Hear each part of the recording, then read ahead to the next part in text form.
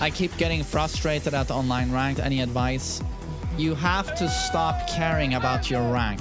I know it's super hard to do, but you can't play this game emotional. You just can't. It does not work, and you will not improve. That's why a lot of people see an improvement if they take a break.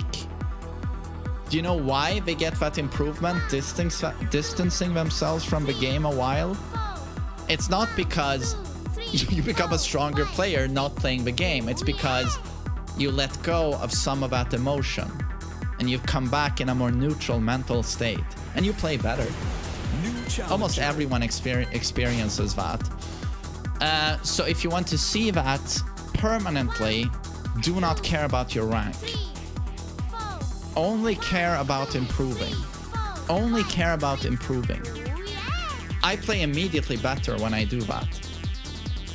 But you can't care about the outcome. You only have to care about what can I do better in the matchup I'm presented with right now.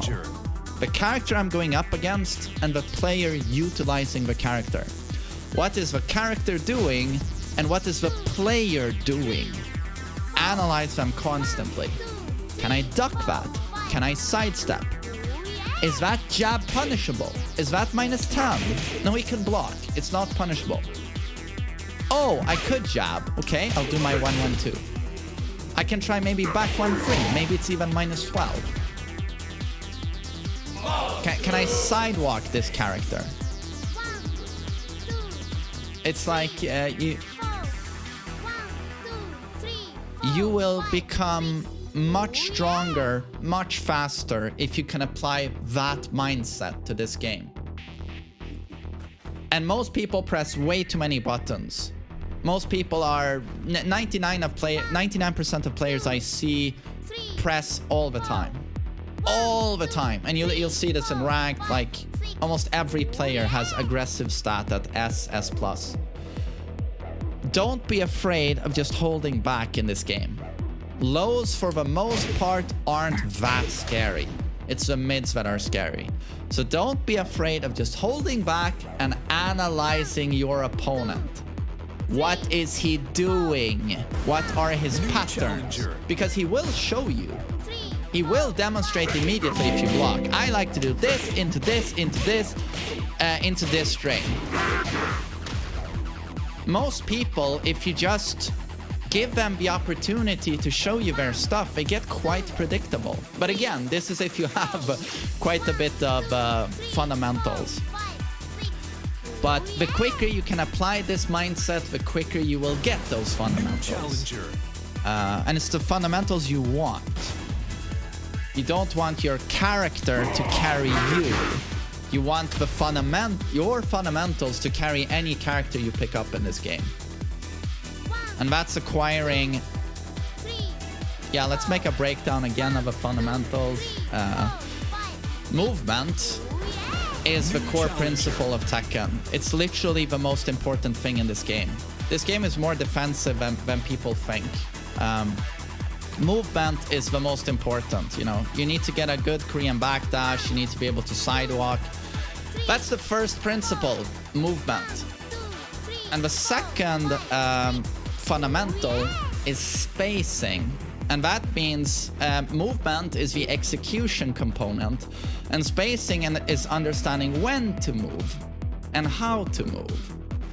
And the spacing, you know, towards the opponent's character. It's a bit different, the spacing, if you're going up against a Paul that has that down forward 2 and has the demo man, but it's very threatening if you stand right next to him. So that is spacing, understanding that, okay, against Paul, I want to stand here. I never want to stand here. I want to stand here. That is the spacing component. And of course, when to backdash away, when to close the gap, when to sidewalk certain characters. Like, for example, Kazuya, who's very weak to sidewalk left. So that's the second principle. And the third principle is timing.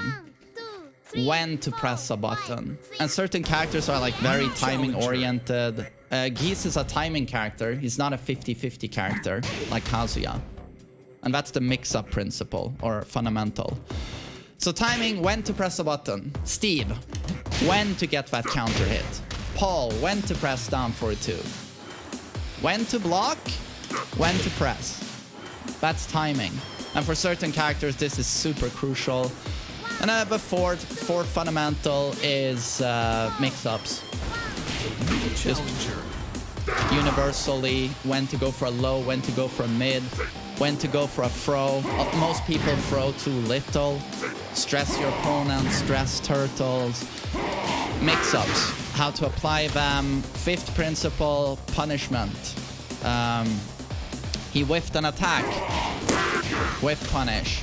Block punish, he's -12, back when free. Launch punish.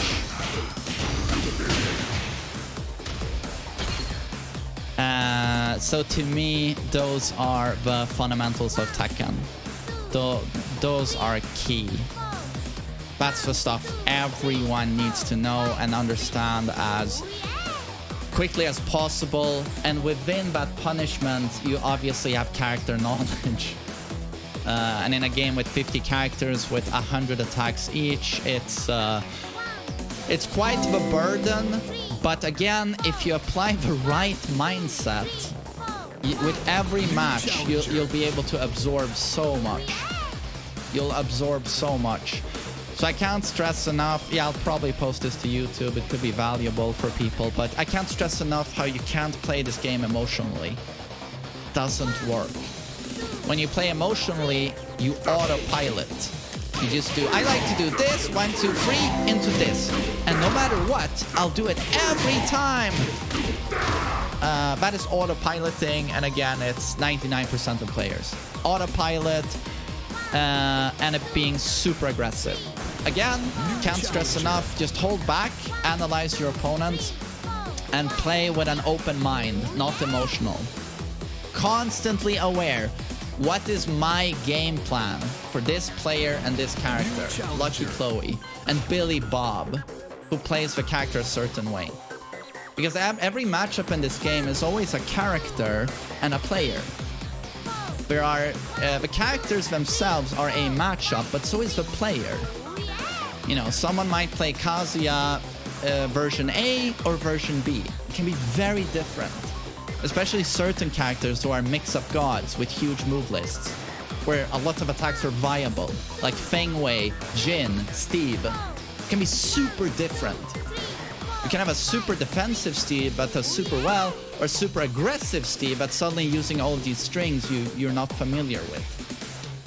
So it's always a character and a player, and the player's different patterns. But you can't autopilot. You always have to be, again, if you're emotional, you autopilot. Try to be neutral, try to learn. Try to take a very humble approach to the game. I don't mind losing, I just want to learn something this match. I just want to learn. It doesn't matter if I lose I'm gonna lose my Tekken God Prime, by the way, now with Geese, because I'm going to deathmatch Ducky, who's just an amazing player and a dear friend. He's so strong, and he's gonna get Omega with Dragunov, but I don't really care because he's such a great player, and I'm going to try to counter him. I'm probably gonna lose, but I'm gonna try and learn something about his Dragunov in that matchup. It's going to strengthen me as a player getting that beating, because there's so much to learn from a strong player like Ducky, but I can apply the next time I play a Dragunov or a high caliber player, you know, like him.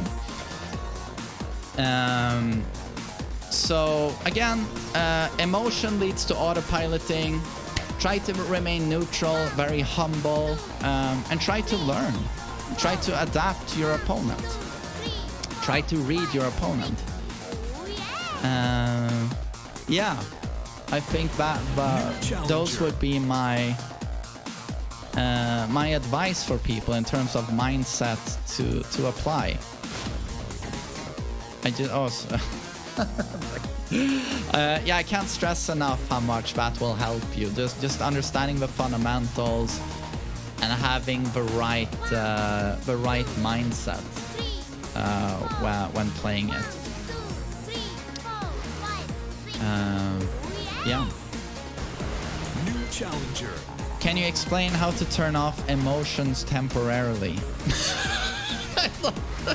Unfortunately, we're all human beings, so we tend to be very emotional in a lot of settings, if not all settings. But what helped me personally was playing Dota 2. I mean, God knows I've been an emotional Tekken player, but I played Dota 2 and I was like, I approached that game with a lot of humility because I respect the game so much. So I was like, I'm just gonna learn. I lost my first 10 matches and I was like, whatever. I learned a lot. I'm really every match I play, I'm trying to learn something new and try something new, being very systematic in my approach. So I did that for like a week, and then when I come back to Tekken, I can't turn that off. Suddenly, I'm actually applying that mindset to Tekken, and suddenly I'm playing in a tournament in Tekken, and I'm beating Swedish Tekken gods. But I haven't been able to touch before. Touch. And it's because of my new mindset. And suddenly, you can also see my stats in Tekken reflect this. What used to be my top stats? S plus combo damage, S plus aggressiveness, S plus rage usage. So like everyone else, right? But suddenly, I only get defensive stats. Throw countering, defensive ability, throw countering, tenacity, agility, or whatever it's called. So you can immediately tell that something happened. I'm blocking way more, analyzing the opponent, waiting for the right opportunity to press. So, you know, suddenly I'm just doing way better, and it's more of a zen approach to the game, and understanding that Tekken is probably and arguably the most defensive-oriented fighter out there, with the strong movement and the fact that so much stuff is just so punishable. You can get so far by just looking at what your opponent is doing, and then the correct duck into launch punish, it's just so much damage. New challenger. Or a correct sidestep. Or the fact that almost, you know, any low gets low parried into 1 million damage. It's so risky to do lows in this game. So if you have a good read on your opponent's patterns, it's like, oh, here's the low, that's minus 12.